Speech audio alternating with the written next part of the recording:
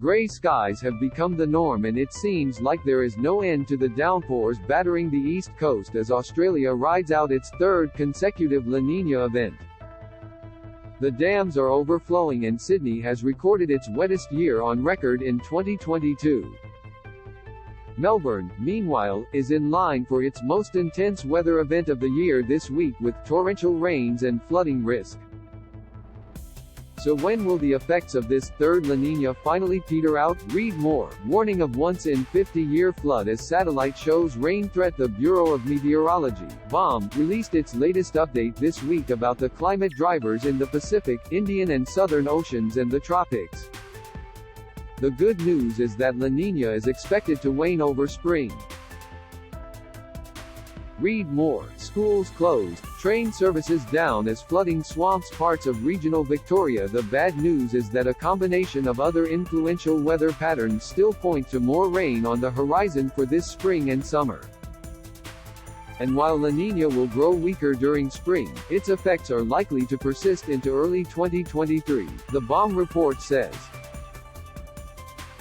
The combined effect of La Niña, along with a negative Indian Ocean dipole, where ocean temperatures are warmer in the East Indian Ocean than in the West, also means the likelihood of above-average rainfall is increased, especially on the East Coast.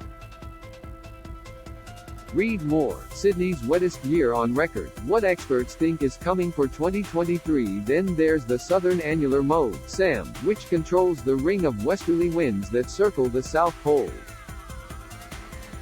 It's in a positive phase, which generally points to above-average rainfall for all of the eastern states, but a lower-than-average rainfall for western Tasmania.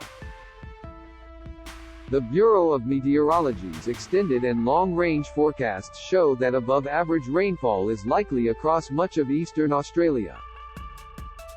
This reflects the influence of several key climate drivers, the report says. The effects of climate change also need to be factored in, the report notes.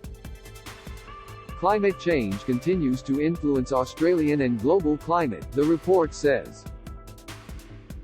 Australia's climate has warmed by around 1.47 degrees Celsius for the 1910 to 2020 period.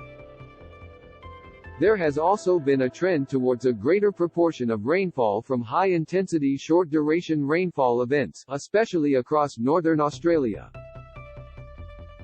Read more. Queenslanders get 2 weeks free water as dam levels released ahead of storm season.